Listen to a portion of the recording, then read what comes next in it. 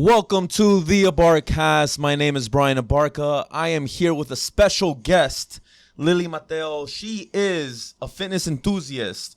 Matter of fact, instead of me introducing you, Lilly, why don't you introduce yourself to the audience, to the followers, whoever's watching?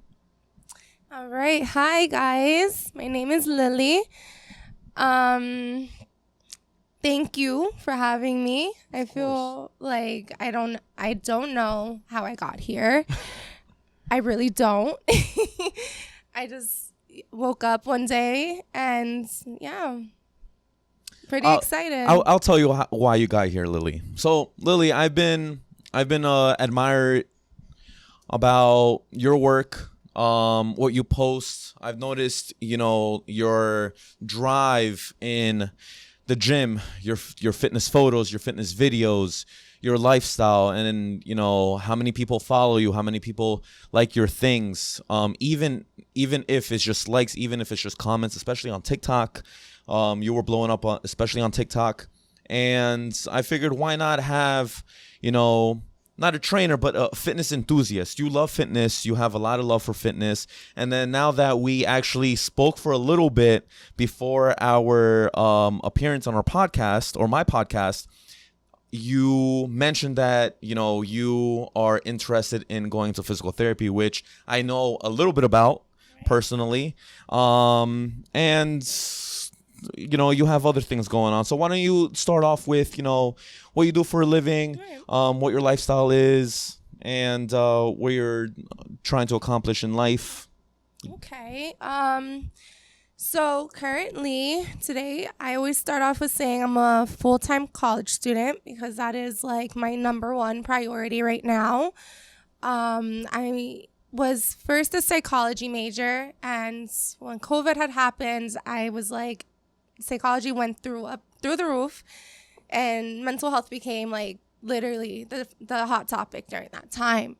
So I felt like that wasn't for me. So now I'm switching to physical therapy because I still wanted to do something where I know I can still help people, but still it being positive on both ends. You get me? Like, whereas versus psychology, you're, helping somebody get through a dark time, and, you got to take that home with you, and you have to learn how to, kind of numb that side of you, if that's like the right way of saying it. So now my passion has led me to physical therapy. I'm self-taught. I used to be one of those girls that would go on Instagram and look up a bunch of workouts and, see all the pretty girls working out, follow the fitness guides. Nope. One thing I lacked was consistency. And that's one thing that the guides can't make you do. So I literally pushed myself to get there. So once I found that was like something I can actually keep doing every day, I was like, I finally found something that, I can pursue within myself and share with other people genuinely, because I feel like is the purpose of life, is finding something that you love to do and it not being or feeling like a job. Because unfortunately in society, we have to work, no matter what it is. Even the celebrities, they have to work. Mm-hmm. So, but my current job getting me through school, I bartend full time. I can say that bartending, it's like, it's a job, it's a, whatever. But I do think that it does still add character. You learn to work with multiple personalities. You learn how to, how to properly react to certain situations that can go left on you. How to socialize. Right. And that's very important. So in the aspect of bartending, okay, let's start there. So you're a bartender while you're a college student, and I feel as if I think every person who is growing up, especially after high school, they should have a sense of experience inside the service business, whether it's food, whether it's a server, busser, bartender, just so that you can interact. Because especially nowadays in 2022, not many people know how to socialize in person.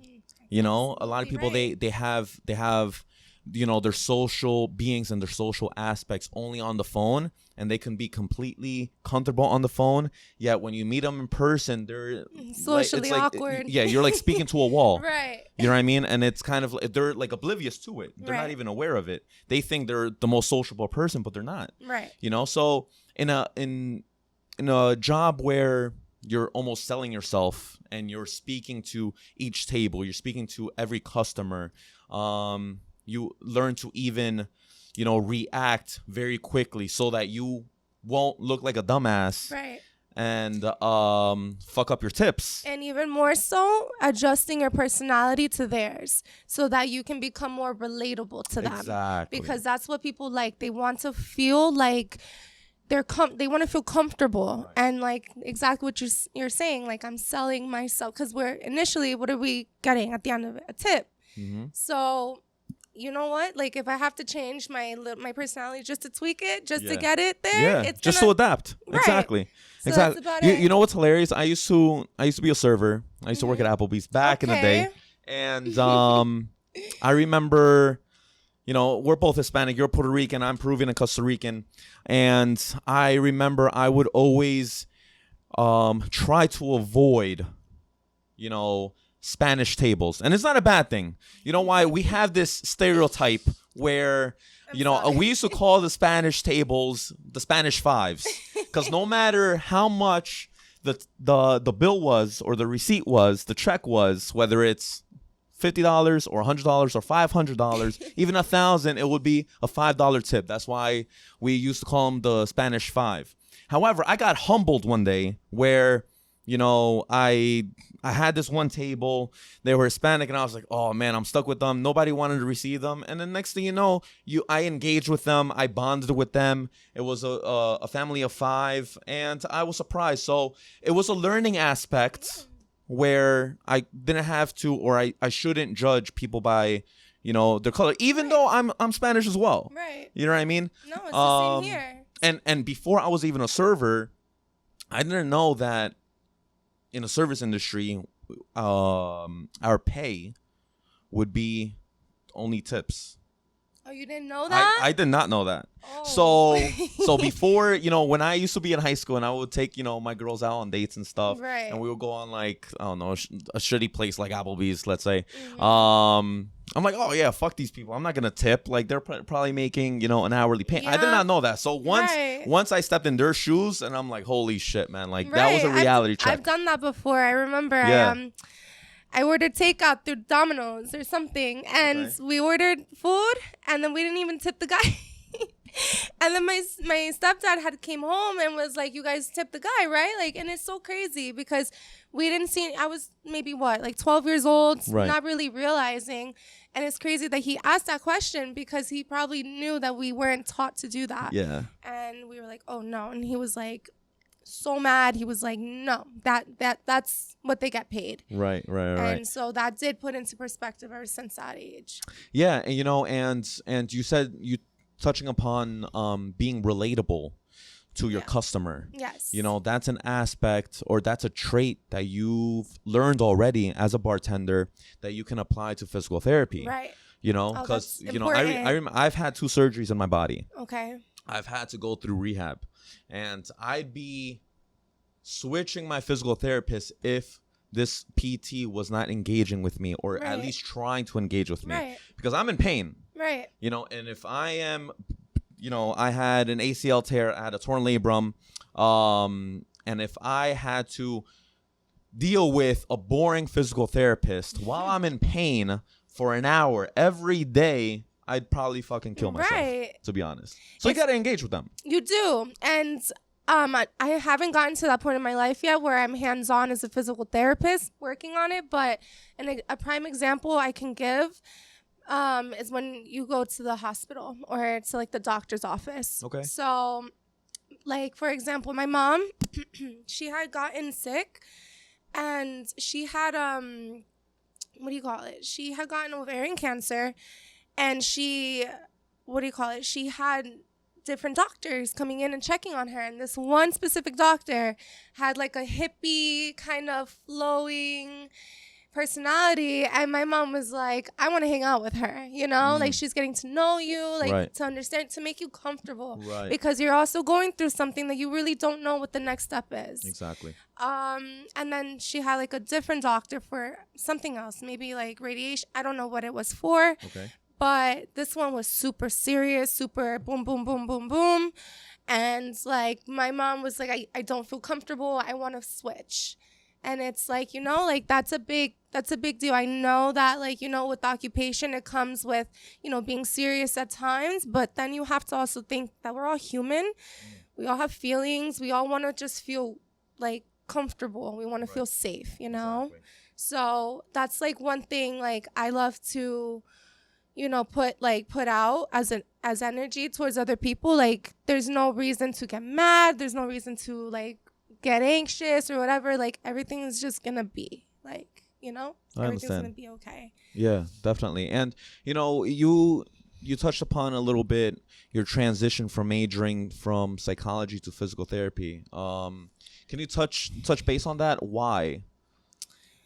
So okay, so this is because when COVID has started, what do you call it? So that's what I was saying. Mental health has skyrocketed at that point. Not just me, but everyone. Definitely. And I think as the entire world felt it, and we were all like in a dark place. Whether we want to say we weren't or not, we were all like in a little spot, like you feel alone. And we're humans. We're meant to socialize. We're meant to talk. We're meant to move around. We're not meant to be confined in one place. And I honestly don't understand how or why quarantine was a thing. I get it, but I don't know. I don't know. But so you were in a dark place during the lockdown. Yes. And the lockdown was a solid, almost like a year. It was a solid, yeah, it was. Okay. And I had moved in. I was dorming at college. Okay. So all the like people in college, like you guys feel this, especially if you were just starting school. Like you're moved in and like you're ready to take on the semester, and then boom, like it just gets cut short. Classes are no longer, and my mom at the time had just moved into a small little apartment, and so that was what really got me, because I'm not used to just standing still. It really took over. I found myself sitting every day, like all day, watching movies. I don't do that. Before quarantine, you couldn't sit me down once. And that's when I felt like I was losing myself. And I was eating whatever I wanted, barely eating sometimes. And then going onto social media, nonetheless, was even worse. I couldn't have it because I'm watching... Like, it was so ironic that we're in quarantine and then you see people on vacation posting pictures and, like, and, you know, like... You start questioning yourself, yes. like, what the fuck am I doing? Right. What am I doing wrong? Right. Why aren't I on vacation during lockdown? Right. And then, but then it's, like, also, like, you're in a situation where, like, you can't do anything. Everything is kind of out of your control at this point. Right. So I felt like I had no control. That's where I got very, like... That's when I started to lock down. And I saw that's actually when TikTok really blew up because of quarantine. So I was like, I had the app TikTok for maybe a year prior. Because TikTok was a thing before COVID. Yeah. And I used to have it, and like I don't know why I had it, because I never used to use it. It just used to sit in my little like apps. And then I started going on it because there was nothing else to do. So I see everybody posting all these like videos, fitness, workout, this and that. And it did motivate me. It did motivate me. So Lily, this was, I'm sorry to interrupt, but this was before your fitness journey, like before you really got into fitness. This is me just watching. Okay. Like everyone else on TikTok. So was this how you got into fitness? Watching the videos on TikTok? Did TikTok inspire you? TikTok did push me. Because I didn't even start posting right away. I don't know. I think I just saw it and I was thinking, if they can do it, I can do it. Okay. You know? But really what got me into fitness was because of the fact that I felt confined and I needed to feel like I can move around. So that's when I started to do workouts in my apartment. I didn't post. This was nothing I even posted. It was just like, this is for me. Like, I didn't care how I looked at that point. I just blocked it out. I literally was like, I'm just going to take it as it comes. And I started doing workouts, home workouts. The building had stairs. I would do stairs for 20 minutes every day. Just throw on my AirPods and just literally clock into what I was doing. I did that every single day. I would take myself to the park sometimes. I would grab one of my girls that's also into fitness, and we would go to we would actually be in Edgewater. Actually, Edgewater, one of the parks in Edgewater. We would do, we'll jog around, do different, exercises on the bench, experiments, and I loved it ever since then. And honestly, it was the pressure of being in a small space, feeling out of control that really drove me there. But I've always been an active person when I was younger. Like in high school, I did do track and field. I was known for that. But I never stuck to it after I graduated. What would be very knowledgeable for my audience and for the followers that are watching this right now that follow you on TikTok and on Instagram would be, overview of your dietary intake or your nutrition during COVID, especially. Because let's be honest, I like to study my guests before they come onto my platform. I do my homework, and I started scrolling through your old things on Instagram and your old posts on TikTok, and you have an amazing transformation. Okay. So in the aspects of, yes, you've worked out, and especially during the lockdown, a lot of people started going to the park. All of a sudden they're very, they're natural, they're natural people. They like nature, Right. But in the dietary aspect, you did tell me that it was a huge obstacle, kind of getting out of the couch and stopping, stop ordering. I'm assuming Grubhub, Uber Eats, and all that stuff. So how did that help you out? Okay, so college student, right? Yeah. I'm ordering out all the time. Right. I'm eating out. I barely eating at home. I don't really have a schedule. I'm just literally going to class and just, getting, just, I guess, just getting by, really. I'm not really thinking. And that's what college students do. That is what we do. They just try to survive. Right. That's because, you guys are in a budget. You Right. guys are paying already $40,000 a year for tuition, etc. I got it. So when COVID had literally put a pause on everything, I had no choice but to think about me. Like, what am I doing? Literally, I had classes were paused. Everything was paused. So I literally, what do you call it? I woke up. I made it. So I could tell you exactly step by step what happened. I don't know what happened. I had a moment. I got a notebook, and I started to write out what I'm gonna do for breakfast, for lunch, for dinner. Because once I started college, I stopped doing the breakfast, lunch, and dinner. And that's taught to you as a kid with your parents, through your parents, to have 3 meals a day. And I stopped doing that. So what had happened I did start to gain weight over during the whole COVID. Lockdown, yep. Yeah, I think I was at my heaviest, almost 150. People won't see it on me. Wow, no way. Yeah. Because it went to I guess you can say the right places, because I didn't get gordita, I didn't get chubby, but it went was to your glutes, it went to my legs. right, but you could see it on my face. Right, you could right. see it, and so I was you know what? I'm gaining weight from not eating. I'm not eating. I'm not drinking water. I'm drinking Pepsi every day as water. So what I did was I made a plan. Wait, time out. Yeah. So you're saying that you were gaining weight from not eating? Yeah, from not eating. I was literally eating once a day. Okay, so once a day, but what were you consuming? You said you were having soda. What else? I'm not. Pizza, McDonald's. Okay, so you would eat once a day, Chinese. but it would just be complete garbage. It would be garbage. Okay. And I would ask myself why I didn't like the way I looked. Right. So I wanted to change that. I knew it was always my stepdad too. When we get into it, he's also going through that transformation. He always taught me, like, it's what you eat. Like 80% of working out is your diet, and whatever happens in the gym, is after the fact.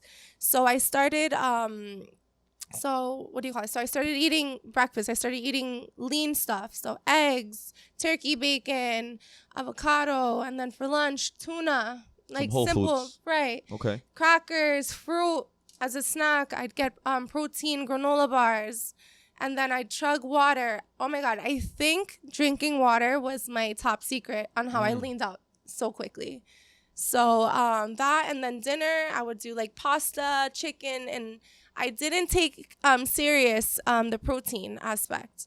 I didn't. So I was eating the 3 meals, but I wasn't, what do you call it? Like, I wasn't prioritizing eating protein. Okay. So when I leaned out, I got very skinny. And that's my before pictures that you're seeing. Gotcha. So I got into it. You saw the hustle was there. The drive was there. But the knowledge on where to start eating and how to eat, I didn't have it. And what clicked? What was your epiphany where where you were just kind of like, oh, wow, like I'm not building muscle. Like, how did you learn, or how did you find out how to implement protein into your diet? Trying to remember. I know it was a long time. It was 2 a years long ago. Time. It took me 2 years to get to where I'm at. I don't know what made me stop doing.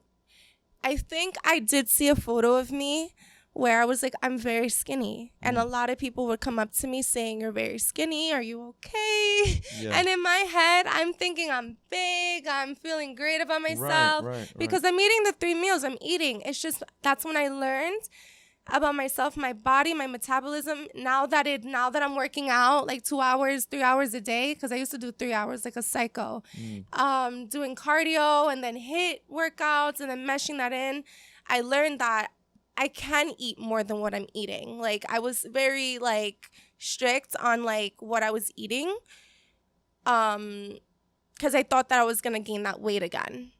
So I wasn't realizing, but you're working out already. Right. So that's when I stopped doing cardio, and then I started adding in more protein, and that's slowly over time developed. So a combination of, adding protein into your diet, decreasing the cardio, and then still implementing strength training. Yes, but I was lifting a lot heavier too. Gotcha. And I was focused on building my muscles. So adding weight. I was so tired of staying at the same weight. I was in a plateau that first year. And I had actually gotten a trainer when the gyms first opened up. Okay. I did have a trainer. You know how LA Fitness does it. At LA Fitness? Yes. They I don't know, I told you this, but I used to work at LA Fitness. Me too. No way. Yeah. As a trainer? As a sales rep. No, really? Yeah. Is that hard to believe? Kind of, yeah. Yeah. Wait. It wasn't hard for them to see because they saw immediately, like... Which one did you work at? I worked at Sea Caucus. Sea Caucus, LA Fitness. Oh, I used to work at LA and Sea Caucus. Hold on. When did you work there? This was last year. Oh, okay. I've been left. Okay, gotcha. Yeah. I left maybe Wait, you used to work there? Yeah, but like maybe like 5 years ago though. Okay. Yeah. I met a lot of like really nice, like cool people, chill people there. Really? So that's another, yeah. I wanted to I had stopped working as a cocktail waitress / bartender because my mom had gotten sick. So I wanted to take on a new challenge. And I'm like, I love the gym. So like, let me get a free gym membership. Right. And like, what could go, what could be so bad about it? So I tried it out for a little bit. You liked it? In the beginning I did because I had very supportive coworkers that were like, you got this, like immediately, like you could see it in their eyes. And I did, like I did my first sale, like 2 days after getting in, like, my manager gave me like what we need to learn to like, to communicate with the clients. And I had gotten it just like that because I love this stuff. I love training. I love talking about fitness. And then if there's a problem financially where, you know, like you can't get personal training or something, like I had to work around that. Right. So that's where I didn't like it. But it was definitely helping me like develop more skills. And you said you had a trainer because you got close with a trainer there, or no? So LA Fitness, I love you guys, but you guys have a quick way of getting us through that door and grabbing us. This was my second gym in my whole life. Okay. So when COVID let the gyms open, right, I used to go to Blink Fitness. Gotcha. And I was like, I'm ready to adapt to a bigger gym. Right. I was scared. So scared. Next level. But I needed to push myself. So it went from like the levels of like Planet Fitness to Blink Fitness, and then all of okay, I gotcha. Right. Like gotcha. I needed something where like, you know, like there's, you know, people that are intimidating. I like to work under pressure, if that makes sense. I don't know what a lot of people can't. I like it. It's like a challenge accepted. But yeah, so I had transitioned to there, and that's when I really was trying to get started. And I'm telling you, I was so thin, and I thought that I needed to lose my weight. And that's when I got the trainer, and he gave us like the workouts. But when my friend that's when I saw something was wrong, because me and my friend had gotten identical exercises to do. And she was working on one goal while I was working on a different goal. Wow. Sounds very common. Go ahead. She was working to grow her, you know, every girl wants to grow their glutes. I've always had a body, so I'm over here trying to lose weight. And girls are going to think I'm crazy, but like kind of tone it down in a way, because that is my biggest insecurity, believe it or not. What? It's my curves, yeah. Okay. Yeah, I can't do it. Listen, it drives a lot of attention. I get it. So, listen, I've had clients like you where genetically they're gifted. They're, you know, they're every woman's dream, but you know, it seems like the grass is greener on the other side. But like, you know, sometimes it's kind of like it's a curse. You know, it's kind of like, oh, you know, I don't want to. A blessing and a curse. I get you. Okay. So yeah, I was just trying to tone, and basically that was what I wanted. We were getting identical exercises. So that's when we knew something was a little iffy. But so that's when we both dropped the training, and I was like, I'm just gonna teach myself, because nobody knows my body like I know my body. Right. I'm not gonna teach somebody about my eating habits, and like when I could just do it myself. Like I love this stuff. I was into it, but then I realized I could do it. Okay. Now just to pause you right there, the best way, let's say if I was that trainer, you know, I probably know this trainer, but you know, I'm not gonna put him or her on the spot. If I was in the trainer's shoes, the best position I could put myself in, especially if I have 2 women clients who, let's say, have a good following, they're good looking, etc. You want to set yourself up for success. You don't want to set yourself up for failure. Now, I would have asked you individually, what are your goals? What are your habits? What are your flaws in nutrition, etc. And then tackle nutrition like that, and then tackle what training program and what exercises to implement into your training program to eventually reach your goals. Now, sometimes one of the obstacles, and just to educate future trainers out there, one of the obstacles that you might face is when 2 best friends, tackle you and tell you, hey, I want a trainer. I have this goal, I have that goal. And then you're kind of put in a spot where you're answering so many overwhelming questions at the same time, and you're trying to tackle both at the same time. So the best thing you can do in that position where you have 2 friends, guys or girls, is set up a meeting or sit down with one, give them a half hour, give them 45 minutes of your time. Right. Even if you're not getting paid for it, fuck it. You know, you got to put the time in, and then hopefully that time could turn into money. Right. Now, if I start asking you questions and then let's call your friend Rebecca, and then I start asking Rebecca the same questions, and it's back and forth, and I'm not even making notes, and I'm not even, giving you my undivided attention. You're gonna feel like, okay, like, I hope this guy or this girl can digest all this information and come up with a plan. And then all of a sudden you get a plan that's identical to your friend. You're shooting yourself in the foot as a trainer. Right. So again, invest your time in one person, then invest your time in the other person, digest the information, then come up with a training program from there. It's true. Okay? You do not want to be this person who just looks at clients or customers as paychecks or money, because you are going to get caught. It's true. True. This Lily right here, she could have been a long-term client. And if I was working there, if I didn't get fired, that's another story. If I was still, if I was still working there, How do you get fired? if I was still working there, I would have implemented my methods, and you Right. would have still been paying a trainer at my caliber, and LA Fitness would have been fucking making money. Thank you, LA Fitness. Anyways. No, but it's crazy because they wanted to keep working with me, and I was like, I was a previous client of you guys. Sorry. It's all right. No, you're completely right. But they catch feelings when you don't want to continue paying them. Yeah. Oh, But, that was. and then it's kind of like they have a bad taste in their mouth, and then Yeah. you don't get the perks that you were given in the beginning. And then Right. you I don't know. It You just was- ruined the relationship. It was it was weird. Like, I still got along with my trainer. Like, we're still cool. Like, but it was like I wasn't getting we were getting maybe like 20-25 minutes, and that's not enough time. Right. And That's there not- at LA Fitness, that's one thing where I didn't mind.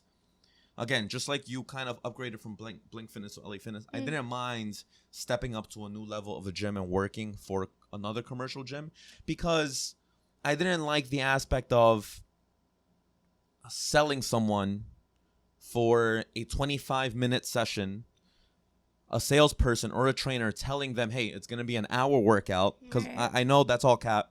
It's 25 minutes. It's part of the sales pitch. That's how they And got I us. know. That's how they So got it's 25 minutes of strength training, then it's Right. 25 minutes of cardio. But hey, you have a No. trainer, and this. No, you're gonna be They guide training you, with this yeah. with this trainer for 25 minutes, and then it's Right. kind of like, all right, Lily, have a nice day. I'm Right, gonna see you like- next week. Right. Let's see your results in a month. Exactly. And it's like, but there's no one there to really keep you, you Right, know? right. And honestly, I'm happy that I did get a personal trainer, because it showed me what I didn't want to practice on other people. Like, listen, if that method works for him, that worked for him. But for me, at least for girls, because I do attract a lot of girls, I know, like, we're very emotional. We're very, like, all about our feelings. I would love to, like, connect with them and be like, and if they feel weird or, like, insecure doing a workout, it's like, like, getting them comfortable with doing that. Of course. Because I used to be in those shoes. Yeah. So.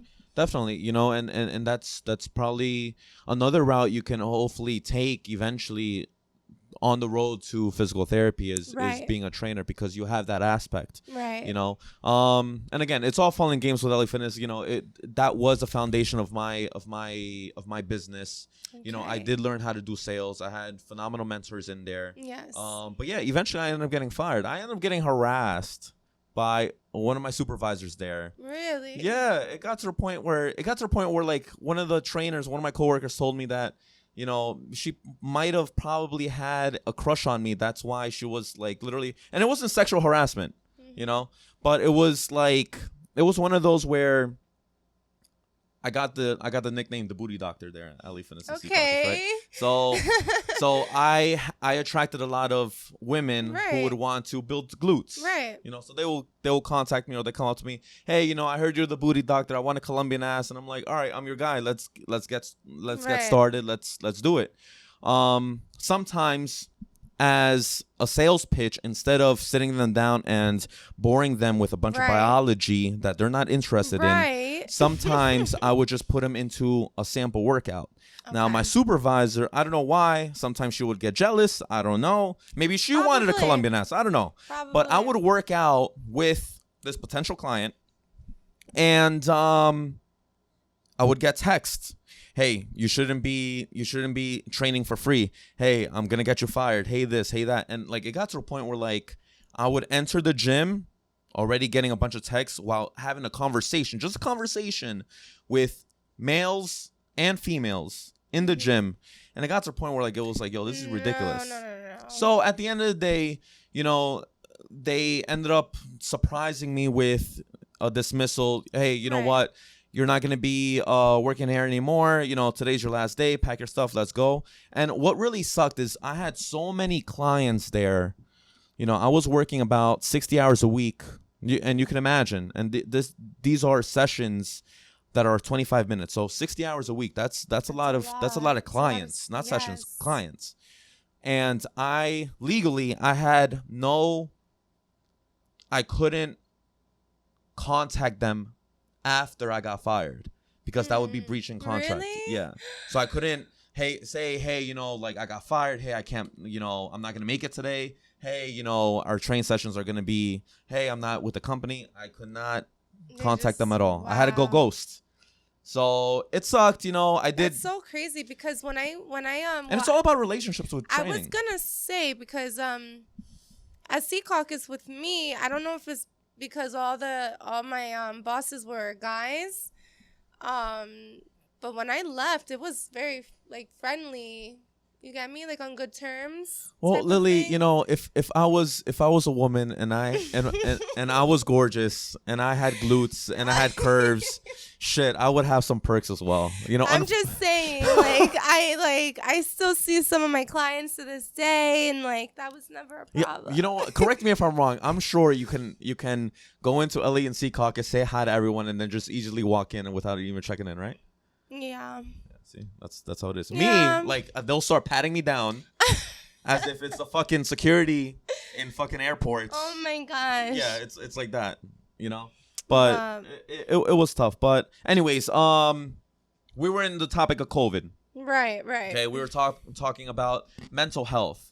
Now, we both connected. I feel like we have chemistry, and I feel like we have a lot more connection, especially when you shared your story with your grandfather, because we both lost our grandfather during COVID times. Right. Okay. And I'm happy to share this story, while you gather your thoughts. But, unfortunately, my grandfather was about 95, 96 years old during COVID. This was February 5th, 2020. And I remember this date because it was a week before my birthday. He caught COVID, and mind you, he had a history of skin cancer. He beat it. He had a history of prostate cancer. He beat it. Wow. He had bronchitis, and he had pneumonia. So the combination of the two lung diseases plus COVID, allegedly COVID, unfortunately, he had high fevers. It was a night that I will never forget. It was February 5th, right. A Friday night after work. He had a fever, just crazy numbers. It was well over 105. He was out of it, and we unfortunately had to drop him off in the hospital and leave him there alone. Mind you, this is a man who's 96 years old at the time. He started having a little bit of Alzheimer's. He couldn't remember much. He's 96. He only spoke Spanish. So this is like a man who was literally left. Literally, you could think of it as we dropped him off in another country that didn't speak his language. Nice cold room, alone. He was brave enough to survive for 12 days by himself, but unfortunately he passed away. Luckily for the hospital, we did end up saying our goodbyes through FaceTime and in person eventually. But it was tough. But if you don't mind sharing that story, I really feel like we connected on the phone when we did that. No, definitely. So it's crazy because this was towards like it was still, we were 3 months in. It was August. It was 2020, right? COVID. So we were just getting into when they started opening little things, but it all had to be outdoors. So me and my mom, I live with my mom's a single mom. So we're thinking things are getting better. My job opens up again. Gyms were soon to open in September. So everything's getting good again. So my grandfather was already he had taken himself to so he lives in the South Bronx. He felt like he couldn't breathe, and my grandfather is a lifetime smoker. So all he did was smoke his whole life since maybe 10 years old, because that's all they weren't taught any better. Yeah. So that's fine. But so he had gotten a surgery performed on him. I forget the term for it. I never know the term for it, but it's when smokers can't breathe through their lungs anymore, and they have to get a surgical cut into their throat. I don't remember the term. And I think there's I might be wrong, but there's they put like a tube or something in their esophagus and their trachea. Yeah, I got it. So he couldn't speak it would be really hard for him to speak. I don't even think he got to that point. But so he, after the surgery, because of COVID, they can't release him. So they had to send him to a nursing home. So the nursing home took care of him. They'll give my mom like daily FaceTime check-ins to see how he was doing. Everything was fine. He had, I think, 2 more weeks left there, and he was going to get released. Me and my mom had a good day at the beach this day. We were hanging out, whatever. I went to go grab pizza with my boyfriend, and I'm getting, like, my mom is calling me. I'm, like, thinking, my mom's rushing me. Like, I'm going to be there, whatever. So, it's crazy because something told me, don't call her back yet, because I was already going up the stairs. Usually I'll call, like, oh, Mom, I'm going upstairs. Yeah. Good thing I didn't, because when I walked through that door, she, like, just completely fell on me and was like, abuelo died. I to this day still don't know how to process that. And it was hard because we couldn't see it. We didn't know what happened. The nurses are over here over the phone in New York City telling her that his stitches opened up. And I'm sorry, I don't like nursing homes, but apparently he wasn't being watched. Something happened, and his stitches opened up and he bled out. They got him onto the ambulance, but he didn't make it in time. And I was just so angry, but I didn't know how to express that. And like, I always go to fitness for this stuff because I don't have any other outlet.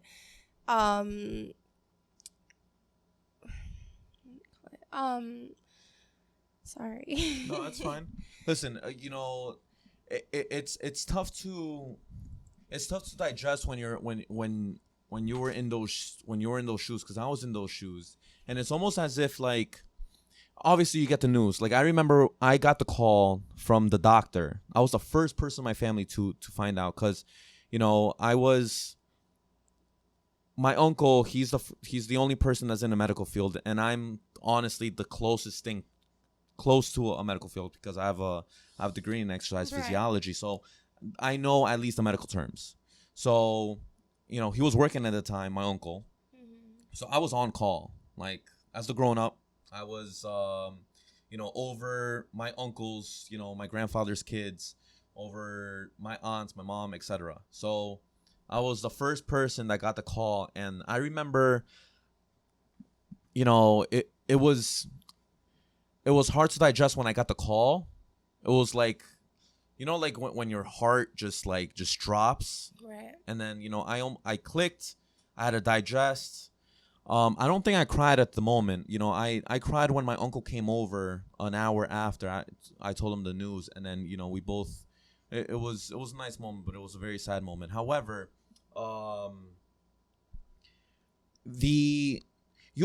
once you kind of like, after 24 hours, 48 hours, you almost think about the situation. You're almost like, I don't know if you felt guilty. I felt guilty because I felt as if like there was something I could have tried to do a little bit more to at least be present inside the hospital room. And I know, during that time it was so restricted to even step into a hospital.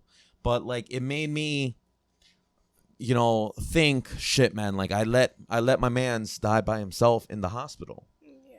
You know what I'm saying? So like, to whoever's out there who went through a similar story, like Lilly and I, we were in those shoes where, you sat down and you kind of just like think, fuck, like he or she died alone in a hospital, etc. And there was nothing we could have done. It was tough to digest. And it's still hard.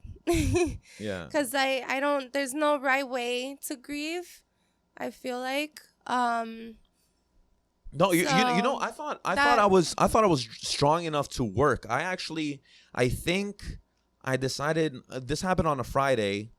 I decided to go on to work on a Monday, like just to distract myself. Yeah. Saturday, it was a family day. We all digested it, and then we were trying to come up with a game plan to tell my grandmother, who's 92 years old. Oh my gosh. And it was the most painful thing telling my grandmother that her husband, whom crazy. She was married to for 69 years, passed away. Oh my God. Like I still recall and think about, that like scream she, oh my gosh, she did while, we ended up telling her the news. But I thought I was strong enough the next day to work. So I told my clients, I'm like, hey, we're still on tomorrow. I'm going to be there, etc. Monday morning I arrive. And, like, I love my clients to death, but I was trying to, like, be as normal as possible.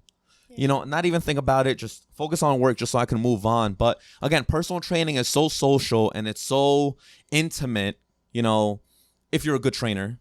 Not like your trainer. I'm joking.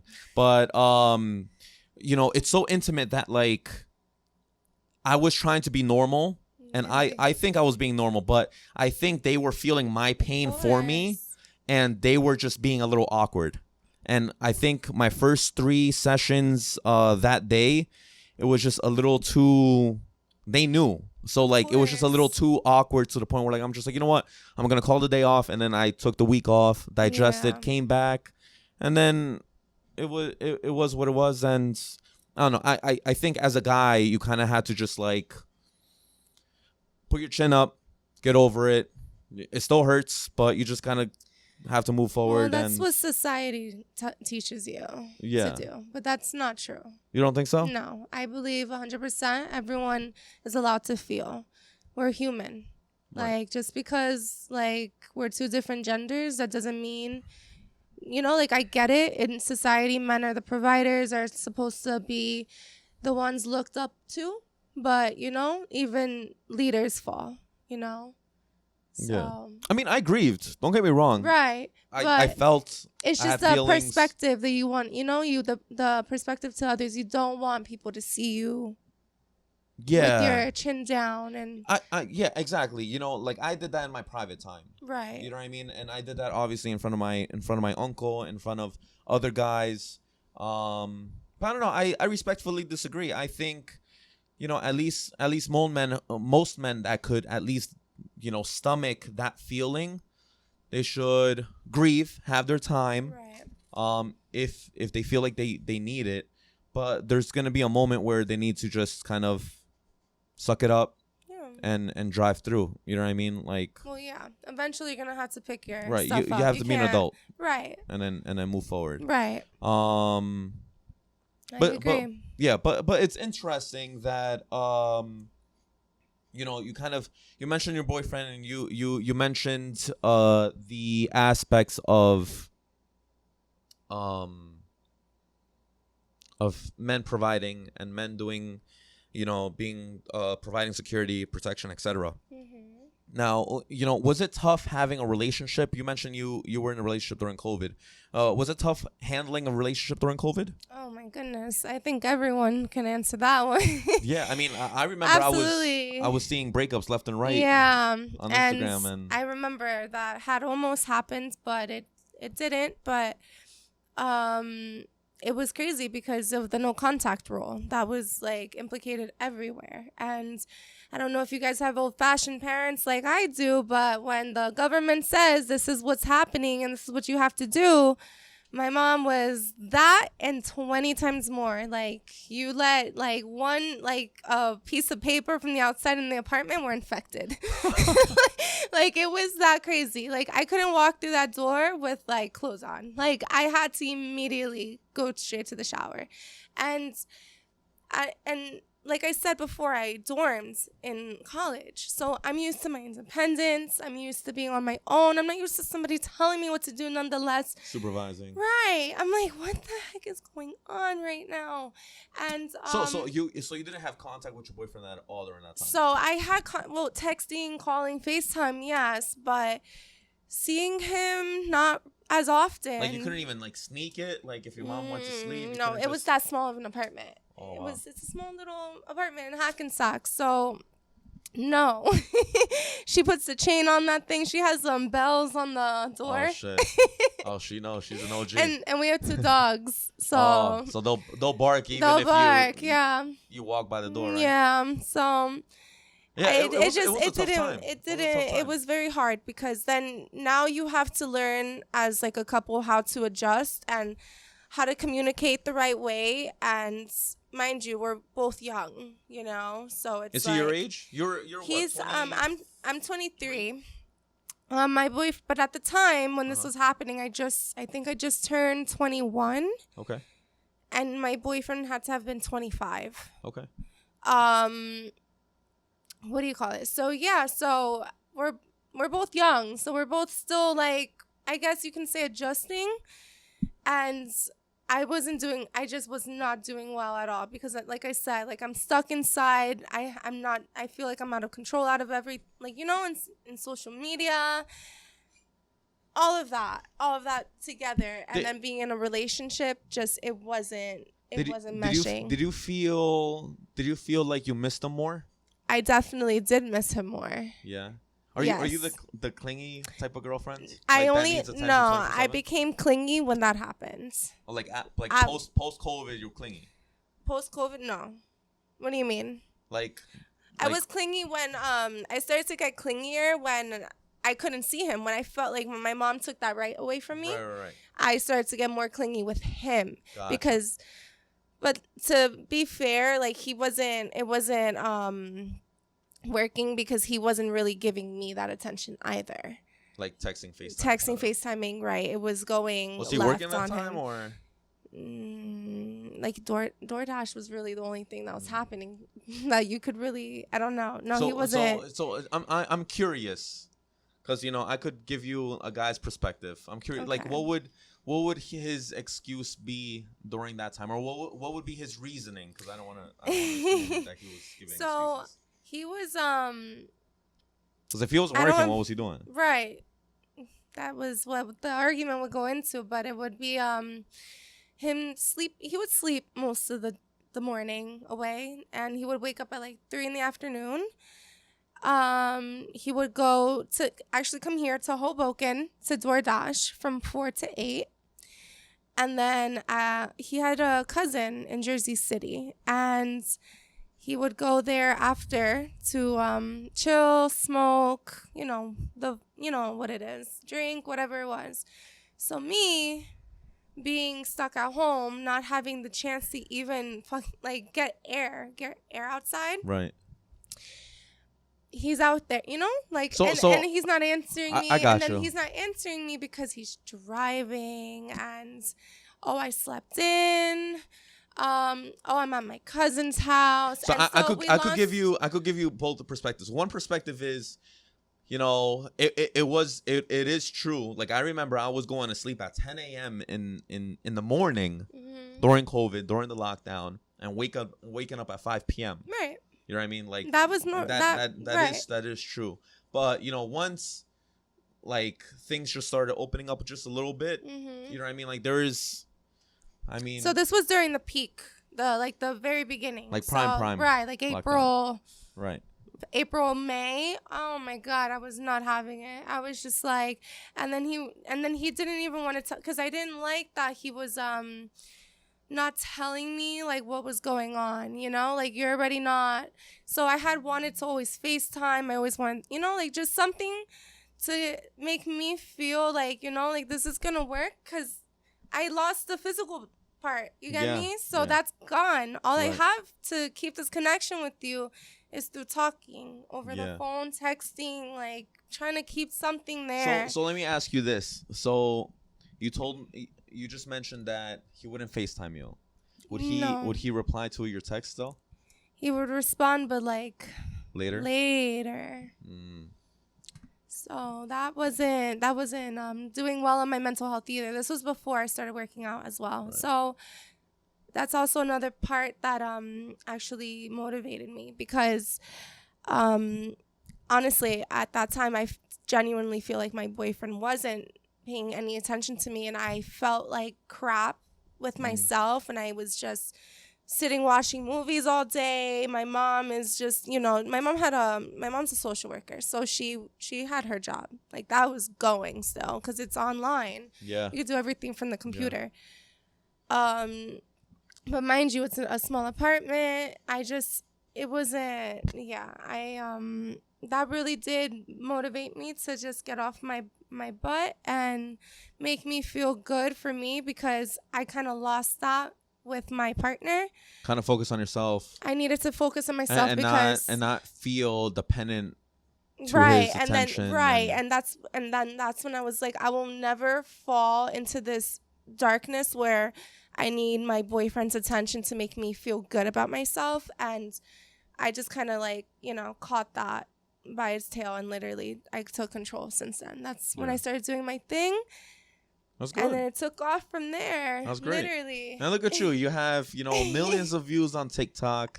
You have thousands of views on Instagram. It's amazing. But, just to let you know, those are red flags in a non-COVID world of a guy, I know. And after seeing other girls or fucking other girls. Right. Or entertaining other girls. Right. And I mean, after the fact, it was we worked on it, and it did get better. Good. So Post-COVID though. Post-COVID, Right. but it was a different girl he was dating. Like I had a whole different personality because I learned how to adjust without him. Okay, so then all right, let me ask you this then. So then when he decided on behaving again and being a good boyfriend, a committed boyfriend to Lily, was he like No, it was the opposite. Was No, he like, whoa, what the hell's going on? He Who was the hell more are you? clingy. Yeah. He was more clingy to me, and because all of a sudden you're misconfident now, right, and like out of nowhere, you're like, a big shot, right? And I wasn't like that. I'm telling you, I was a whole different girl before COVID. I was super shy. I don't even think you can get me on this. I couldn't. No? I couldn't. No, my self-esteem was to the floor. Damn, bro, you fucked yourself up. So yeah, no, but then I got out of it. Okay. Man, that's good for you. Right. All right. So since we're in the topic of relationships and the acts of fuckboying, I want to ask you a question. You're an attractive young lady. You go to the gym. Obviously, you even said that, you get special treatment when you go to your old job in LA Fitness at the gym. Does it bother you? Because I'm sure it happens. And I don't want you capping here. Does it bother you when men approach you at the gym? Absolutely.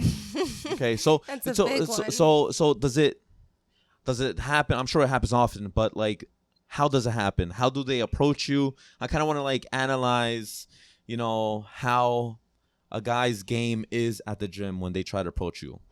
Because when I approach a woman at the gym, obviously I'm a trainer, so I'm looking at money signs, to be honest. Mm-hmm. Okay, especially let's say if they're overweight, they're out of shape. Money sign. I'll say hi, what's going on? I'll introduce myself, etc. Or even if, she's good looking, she's fit, she has curves, money sign again. It's a win-win for me. I'll either have someone who could be clickbaity in Reels, Instagram, Snapchat, etc. Right. Or I could have someone and I could actually transform their life. Not that I won't transform both, but right. I'm a phenomenal trainer. I'll adapt to both. Right. You know what I'm saying? So, just give me a little bit of that. Like, what would be the scenario? What would be their pickup lines? Oh, my gosh. What grinds your gears at the gym when you squatting and you're just in your zone, trying to stay independent? And I think the big one is when they see you're in the middle of sets. They see the weights are on the barbell. I left LA Fitness Clifton, but that was on Route 3. yeah, Super packed. Worst one. But you can tell you're focused, and they'll come right in the middle and be like, "Are you almost done? Like, how many sets do you have?" I'm like, I got like 3 more. Like, I know you just saw me put these weights on here. yeah. So yeah, it's the stopping me, especially in between my workouts. Yeah, so you're already in a bad mood. When that happens, because you were in the zone, you were squatting 225, with those legs, and you rack, and you're just out of breath. You almost having an asthma attack. Right. Then a good looking or a bad looking guy comes up to you and is already kind of trying to kick you out of the machine or the weight area. Or not only that, then they follow it up with, can I get your ID? Can I get your Snapchat? I'm like, it goes from asking. It jumps. Yeah. There's so it goes no from transition. asking, hey, can I? Yeah, bro. Like, There's no transition. At least transition. There's use some fucking prepositions, bro. I don't know. I really don't know what they're thinking in their heads. Like, I think that they see that my interest is not there and they need to get to the point. But it's even more so. Like, I'm like, no. Like, no. Okay, so let me ask you this. If there is a way to approach a girl at the gym, just for those guys to fucking learn. Okay. And have a notepad and have a pencil, go to school right now. Right. Be the teacher. Like, how would you approach a good looking girl like yourself at the gym if you were a guy? If there was a way. Right. I don't want you telling me, oh, there's no way. Like, just let them be. No, because I've had guys that have stopped me. And then you're kind of like, oh. And I actually will keep a conversation going, not for any intentions, but just, because, like, you asked me a pretty good question. And usually it's, how'd you get into fitness? You look good. And I'm not gonna pretend and like be like, oh my God, like it's always my body. Like I get used to it. I'm like, it's gonna happen. And I would tell them and they'll, like it's a compliment, whatever, and they keep moving. Or they'll ask like, what are your goals in life? Like, what got you here? Like, and then when they hear the way I speak, it's like, oh, like, this is like a passion for you. Like it's a hustle. It's like, it's not like I'm here like, like twirling my hair. So is that something that would be an A+ in your book? Like, okay, that's how you approach someone like me? Like you see that I'm coming to the gym, like, and I'm consistent, so that shows already like a trait in its consistency. Okay. So asking about goals. So he kind of plants the seed. Right. And then so that eventually, let's say on the next day he sees Lily, or later on after a few sets you're passing by and it's kind of like a little bit of eye contact or whatever. It's like, oh, how are you? Yeah. Oh, okay. And then that's already a conversation initiator. Right. I got you. Right. But the straight up just coming right up to you after I've watched you follow me in 3 different stations. That's another thing. Guys follow me. Okay. They follow you. Yeah, I'm sure they do. Now, let me ask you this, because I'm a good podcast host and I ask very good questions. You told me that you wouldn't entertain it even though you would answer the question. Okay. So it's the way you answer. It's the way how you sound. So then how would that be a good way to approach a girl like you at the gym? What do you mean? Sorry. So I asked you, what's a great way to approach a girl like you at the gym? And obviously knowing, you're an attractive young lady and a guy who's coming up to you is not, let's keep it frank. They don't really care about your life goals. They want to kind of just like get your number, say, hey, what are you doing later, etc. Try to hit or try to wife you up, etc. Whatever. Right? So like, how would that approach be good if it never worked or you answer the question, but you never kind of like let them get the green light of, okay, hit me up sometime, or let's go out. You know what I'm saying? So like, how would that, like, to maintain the relationship? Yeah. Like, to keep it going? Yeah. Like, for example, like, let's say, hypothetically, I'm one of these guys. I wasn't a trainer. You know, let's say I'm an accountant, whatever. Okay. And I come up to you. And I'm like, hey, you know, what's your goals in life? You know, you look great, da-da-da, like, whatever. And then you share me your whole story. Obviously, my goal is to kind of just, you know, check you off and just like, wow, you know, I got Lilly. Yes. Okay. You know what I'm saying? So, like, how would I be able to close the deal if, you know, you answered my question, but then I couldn't close the deal after that?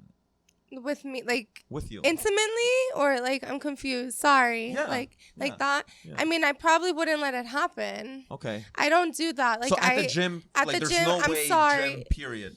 It's your alone time. Yeah, that's the thing. It's just because I know what I'm wearing. It's everything is like tight, and like I know that everything is like, you know, I know that what you see is what you see, and I don't know. I see what you're saying. It's just I don't have time to think about that while I'm at the gym. So you're in your zone. You got your headphones on, right? And you're just focusing on yourself. And then if a guy, even if he's hot, he'll go up to you.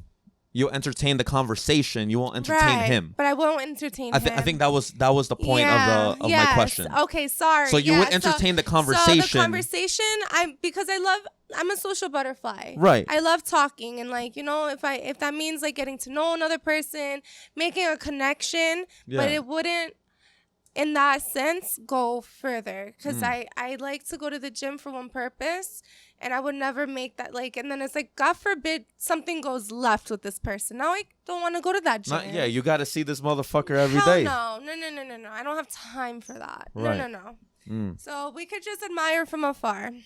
Okay. That's my attitude on that. All right.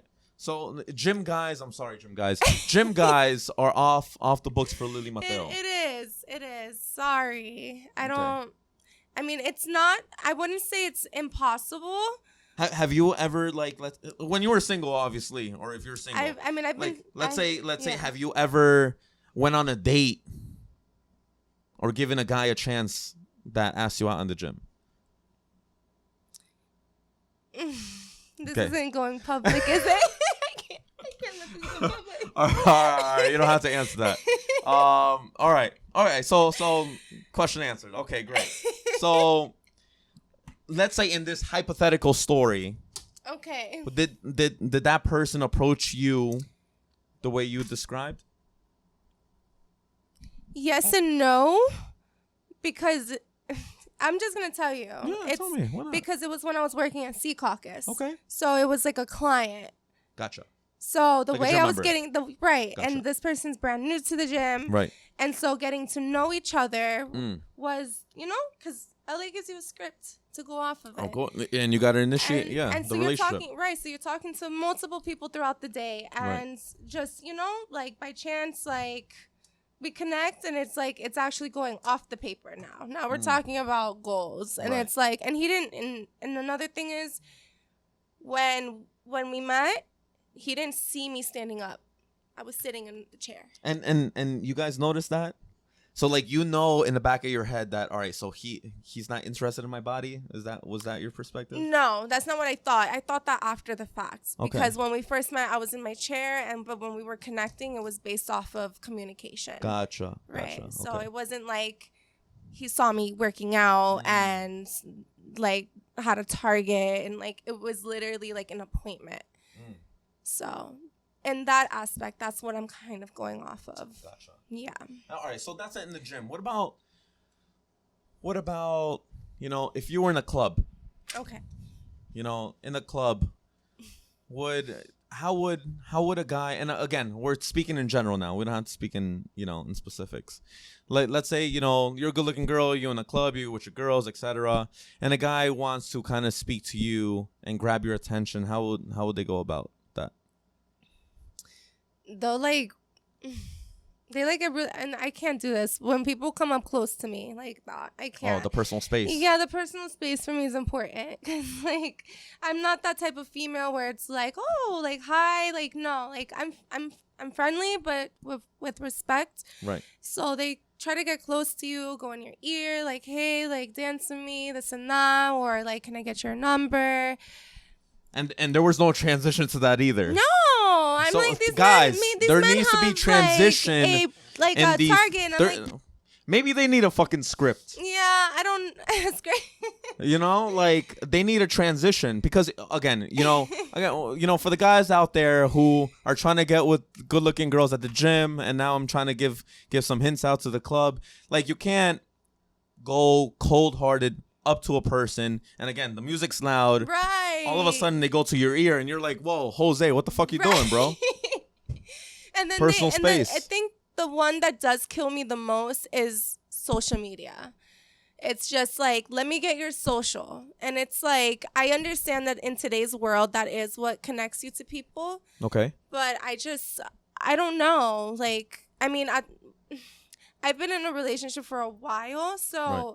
I will never give out my phone number. So I guess that's always like, Yeah, you That's know, all- in their shoes, in their perspectives, I could see that. Like, why not, instead of, especially nowadays, instead of going so intimate to the point where asking for their number, the best way you can kind of keep tabs where it's kind of like friendly so that you won't get it rejected. And then on top of that, it's a win-win for a girl in a guy's perspective. Right. You got to follow. You don't have to Right. follow this guy back. right. You know what I'm saying? So you got to follow. That's one.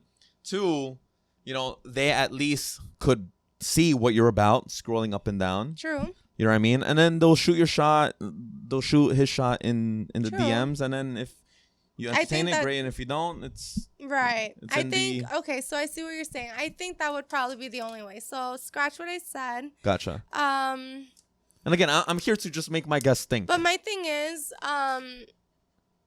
like, let's say at the time I wasn't in a relationship, it would probably be like a phone number. Like, if you asked me for my phone number first, I would appreciate that more. Oh, so you're an old school girl. Yeah. Okay. All I right. don't like the I social appreciate media. that, especially since you're a 2000s baby. I'm a 1999 baby. That's basically 2000s. No, we're not. We Yeah, don't- that's we that's don't- basically. You're we not don't nine. agree. I'm sorry, that's not a 90s kid. No, that's No, you're- we grew up. No, I'm not a 2000s baby. I don't claim that. I can't. You're considered a Gen Z. I know we are considered Gen Z, but I wouldn't say I'm a 2000s baby. I would say like 1999. That's it. Wait, when's your birthday? You're probably like 1999, and you probably say you're. In Do you still June. say you're I'm a like what, June 22 baby. and a half instead of 23, or 23 and a half? No. That's like basically saying what you're saying right now. You're like, oh well, I'm a 2000s kid or 90s kid, even though you're 99. Whatever. Okay. All right. So, okay, cool. So this is a great transition to a little clip that I want to react to. And, I want to hear your perspective, and I'll share my perspective. And then we could go beyond that. This is a clip from my favorite podcast that I listen to because it teaches guys about finances and women and fitness. Okay. Okay. So, Fresh and Fit podcast is a shout out to you guys. Where are you? This is a nice little clip.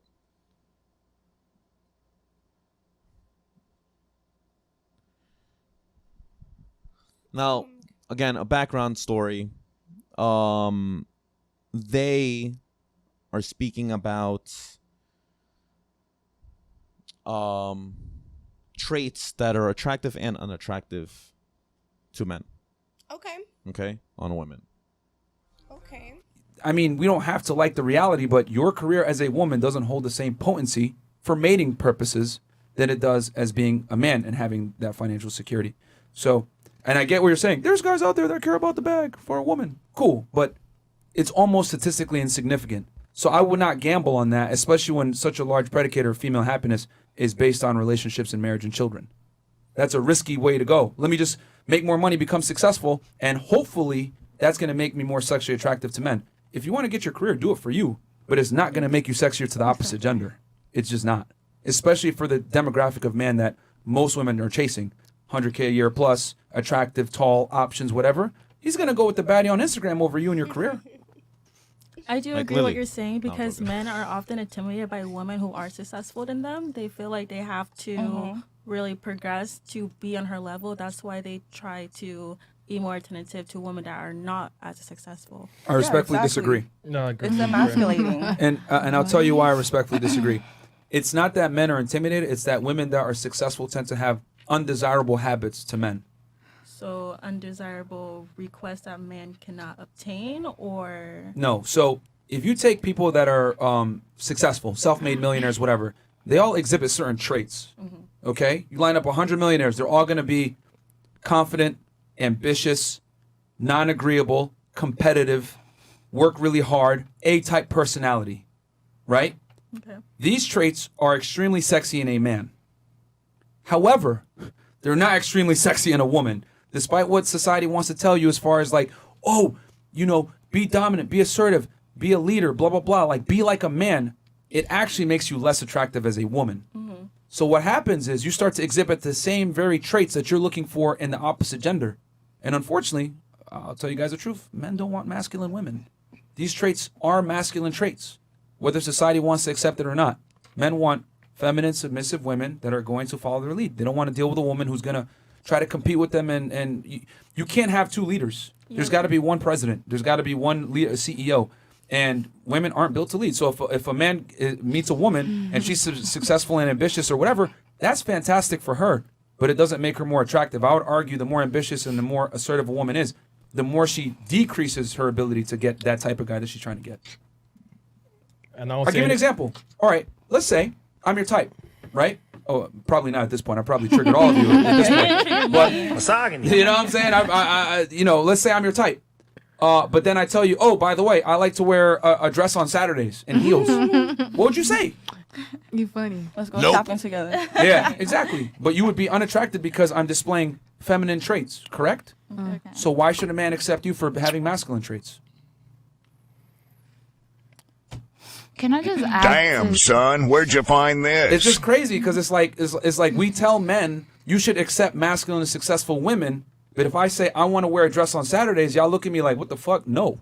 I would support you. And that's If that's Exactly. your prerogative. We could go get our dresses together. you would support me, but What you shoe wouldn't size take you me wear? seriously as a potential candidate for a relationship. So making money.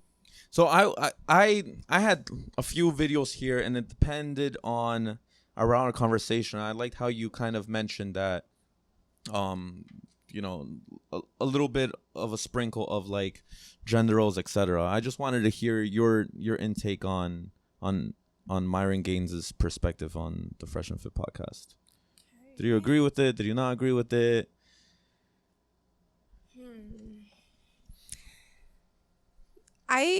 I can see his perspective, and I know that a lot of girls probably are like, what?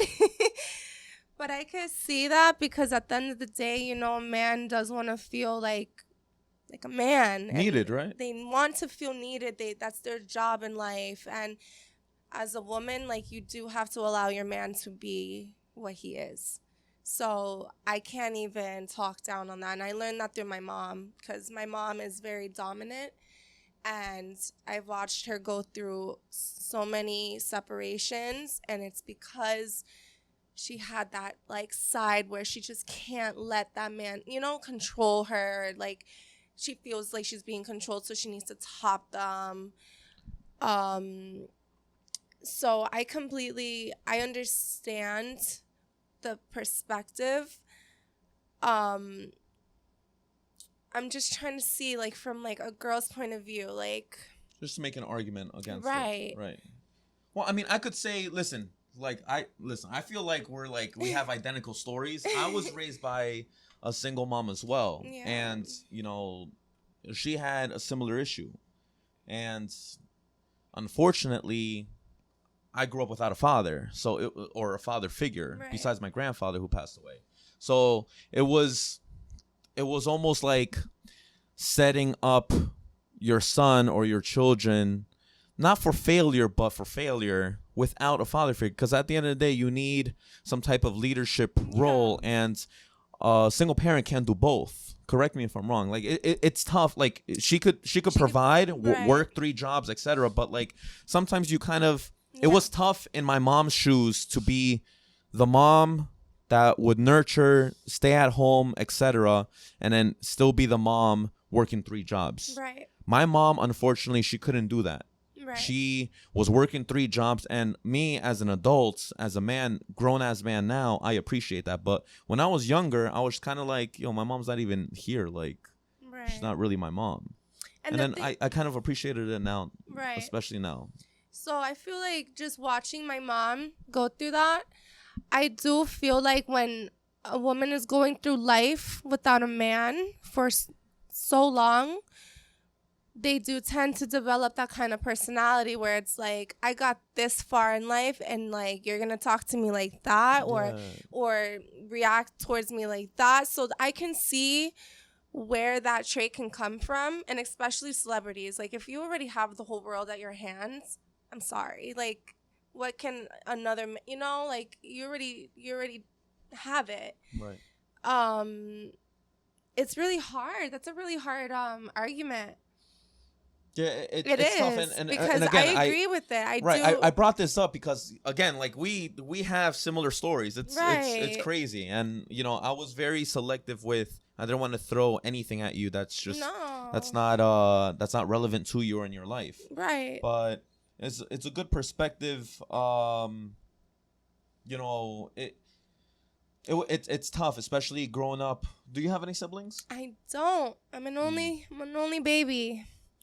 But I do want to say something like based off that. Yeah. Because in my relationship, how I told you, I started to build confidence. So that's when I realized my personality and my feelings started to change as well with that being in my relationship. I noticed that I got more confident. I felt like I was able to do it on my own. And I felt like, that outside, like the outside feelings I was getting from my partner weren't as needed because I did it without that. I didn't need that validation from my partner. Do you think that's a bad thing? It's not a bad thing. No, I don't think so. Do you think it's a good thing? I think that in the perspective of a successful relationship. No, absolutely not. I do feel like that is a big red flag towards, showing that 2 people are growing differently on different paths.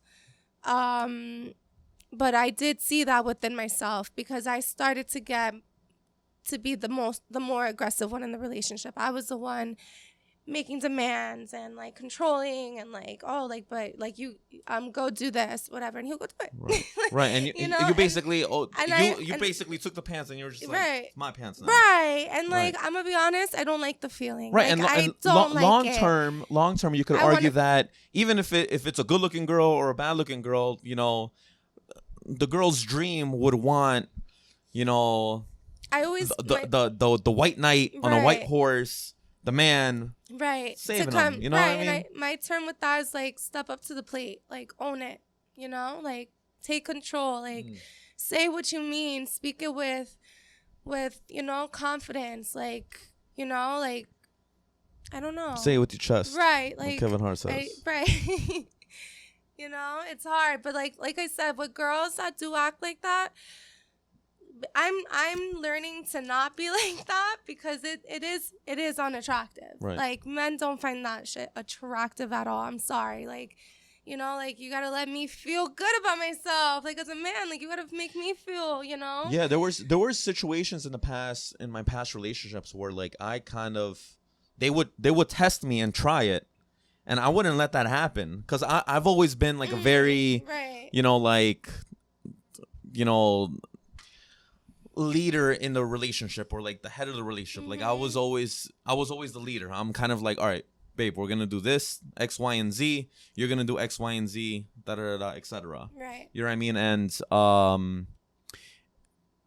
they would test me and they would kind of just like, oh no, but you're gonna. I'm like, whoa, who are you? Who are you talking to? Like, I'm your man's. You know what I mean? Like, relax. And some woman would argue against that, which is fine. But good luck wifing up a man who does not have a voice in the relationship, who's gonna be a yes man, and at the end of the day, that's not set up for a successful relationship. It's not, and it's not and from a female's eyes, it's not attractive because I feel like, from my perspective, there's no challenge. I feel like whatever I say, it's just gonna be, done. And like I don't know. Maybe I'm crazy, I feel but no, I feel no, like you're that's not crazy at boring. all. And like, I'm not saying let's argue, but debate or like, come to an agreement about something.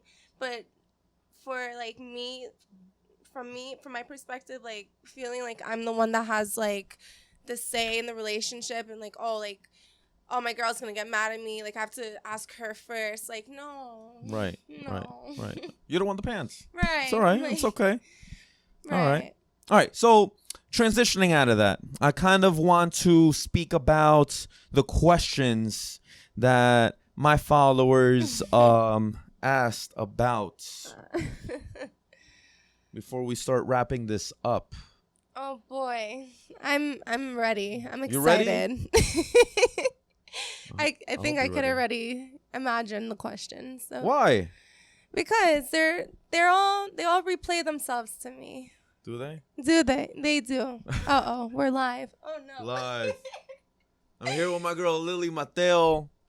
We're going to be answering the questions that you guys have sent me. All Here we right. go. And if there's a lot, there's a few. I just asked a question. There you go. Let's see. Who's that good-looking guy there? All right. First question: how can a pair booty girls upgrade to a bubble butt? All right. So her booty is a pear shape, and then she wants to transition to a bubble butt. Well, I mean, let's use our imagination instead of just kind of like tackling that. So we could both tackle that, especially since you're an expert in your body based on your transformation. How would you tackle that if you had a client or she's your friend and you wouldn't want to give her advice? Well, what advice would you give her? So, for that, I would say pear booty. I feel like this still doesn't even look bad. A pear booty? Hell Listen, no. for a guy, I'm going to be honest. Alicia, for a guy, a pear booty, it's a nice booty. As long as you have a shape. Right. At least for us Spanish guys. I can't answer for the other guys. Okay, so because you want it perkier. Right. So perky, girl, Bubble you butt, yeah. need to lift. You need to do a lot of lower back workouts. Okay. That's how you build that shelf. Okay. And then So you like the shelf, like you want to be able to put a cup put there. something right on top. Right. Okay, I got you. What do you call it? You have to lift heavy and you need to eat your protein. You need to eat that protein. I'm a huge advocate on that. You need to, because nothing is going to build off of eating bananas and oatmeal and pasta. That stuff is made to keep you going in the gym. Gotcha. That's not going to build you. You need to eat your protein, whether you're a vegetarian or you got to find what works for you, and you have to be consistent with it. So cool. Yeah. Alicia, in a trainer aspect, pear shape would mean that you have underdeveloped glute medius, if we're going into terminology. So I would start working on your glute medius a lot more. So definitely some band work specifically, because I'm a phenomenal trainer. I'm going to tell you hands-on what you're going to do. I would do some crab walks, put the bands around the middle of your foot and do some crab walks doing that.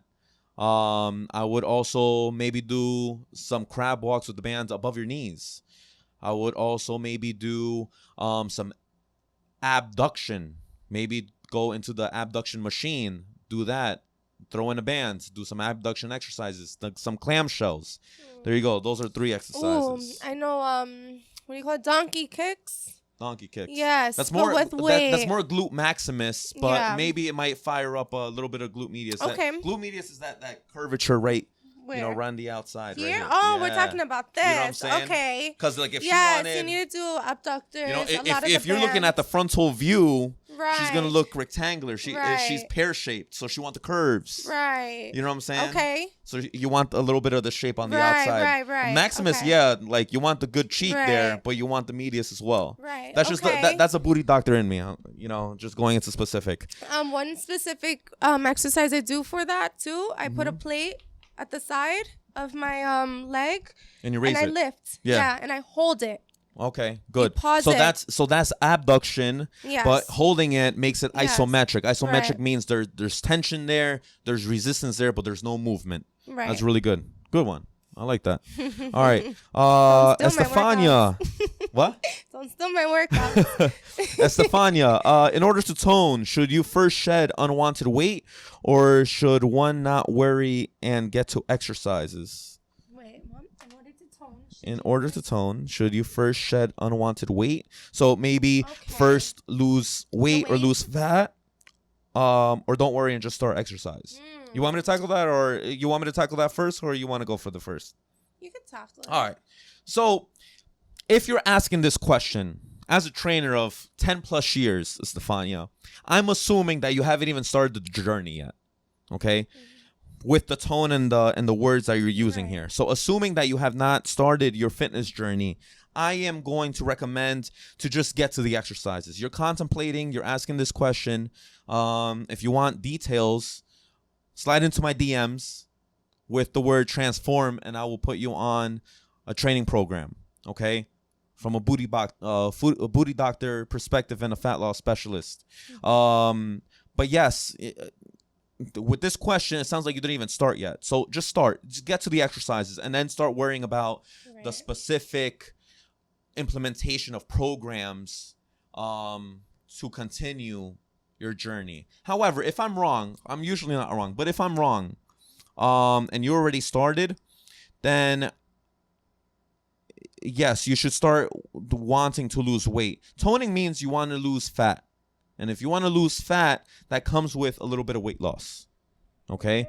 You don't want to look into weight loss in totality because that implies that you want to lose numbers on the scale and that's it in absolute. So it does not matter if you lose weight, if you lose fat or you lose muscle. You just want that number to go down. If a client told me, hey, I want to lose weight and not tone, weight for me is a number on the scale, and my goal would be to lower that, whether it's muscle and or fat. Again, applying it to your goals. Would I want that? No, muscle is good for you. However, I'm here to achieve your goals. How would you answer that? Or So did I no, answer that for you know you covered most of it, but I would honestly, because I was in your shoes with that same question, fix your diet first. Because when you go into the gym knowing you're eating what you should be eating, that is going to fall into place. So you want to grow let's say you want to grow your glutes, make sure you're eating the diet that's going to help you get there. Now you go into the gym not even eating, let's say, or eating once a day, you're not going to see the results. You're going to just be going to the gym and then you're going to feel disappointed. Start with your diet and then everything else starts to fall into place with that. Cool. Great. Next question. How do you tone legs while maintaining a shape? Mine just big. Okay, I'm assuming you're assuming that you're big? right, you're calling it okay, yeah. All right, so how do you tone legs? I would start implementing higher reps, more functional lifts, because functional lifts will make you engage more muscles. If you engage more muscles, you burn more calories. And if you burn more calories, you're going to tone up. Easy question. Okay. What about you? In there. So I do so that has a lot to do with your diet. I'm sorry. You're going to hear me speak a lot about diet because you want to let's say you want to have a small waist, you want to have abs, but you want to have a big butt. You can't. You need to be eating in a calorie deficit. Deficit. Thank you. I got you, So I would be lifting heavy on leg day, but I would also include a cardio day at the end of that. I would also implicate a lot of abs. But also, while all this is happening, you're doing your part in the kitchen when you're drinking all your water. You're eating lean. But when you're in the gym, you're lifting heavy, and it will fall into place. Yep. All right, cool. And I saw, what's up, guys? What's going on? I saw a question here. I just want to wave. What's up? Ed, Server God, Premium Results Fit, Snono, Steph Perez, got you. Jay, Josh, cool. May, okay. Omar, yo, what's good? All right. What if I have zero muscle in my booty? Exclamation point, question mark, LOL. Then start hitting the gym. Girl. Baby girl, eat your protein. Eat your protein and start hitting the gym. You need to literally, let's say, I would even throw in maybe 2 leg days a week starting. Yeah. You need to eat. Eat your protein. Yeah. And I don't mean just eggs in the morning and then you forget about the rest of the day. I'm talking about eat your eggs. Try to up your protein intake. Protein shake. Eat a hamburger. I don't know if you're a vegetarian. Eat your chickpeas. Eat there's a lot there's even plant-based protein that you can take. But you know what? You should actually get an app where you're tracking your stuff. Cool. Yeah. My Fitness Pal, for example. There you go. If you need additional help, I do diet plans now with my expansion of Abarca Fitness. I do online training. I don't know if you knew this, Lily, but now I do weekly diet plans. I do weekly workouts. You're in contact with me through DMs in my app 24/7. I'm literally giving you the tools and I'm holding your hands throughout your fitness journey all across the globe. Manifest destiny from Jersey to California.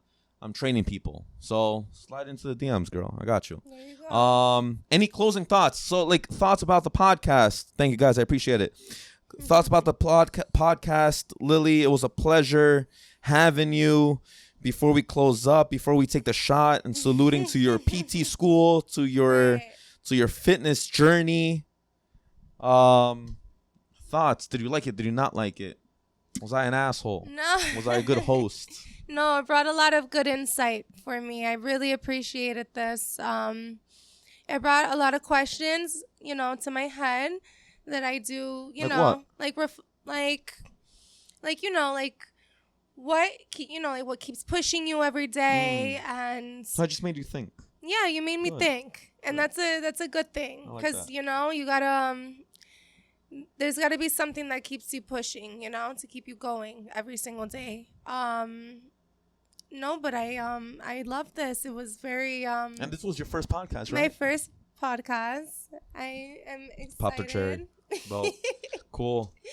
Yeah, no. I feel very I hope honored. this is the first of many. Yes. I hope this helped you improve, your thoughts in your story, how to tell your story, etc. Why don't we grab 2 shot glasses from my shot glass shelf so we could rip some shots and toast to medical school. You agree with school, right? Say that again? Yeah, go ahead. Hey, be walking out of here sideways. I gave you a heads up. I thought you were going to do this. I got my chaser right over here. I didn't even see you sip on that. No. Cap. Did you? Yeah, I You basically did? finished my shit. Yeah. All right. So, Lily, it was a pleasure having you. I hope you come back soon. I learned a lot. I learned your story. I loved bonding with you as well. We are extremely similar. We have similar stories. We have similar upbringings. I feel like I bonded you, and I have another friend, that I could bond with. Yeah, man. Listen, cheers to you. Cheers to what's up. Cheers Cheers to physical therapy. Cheers to fitness journey. Moving on. life. Yeah. Yeah. All right. Yeah. Salud. Salud. All right, guys. Make sure you follow Lilly Mateo on TikTok, on Instagram. Make sure you like and subscribe to the Abarcast. I'll see you guys next week. I love you all. Yeah, show my girl some love here. All right, guys. Bye.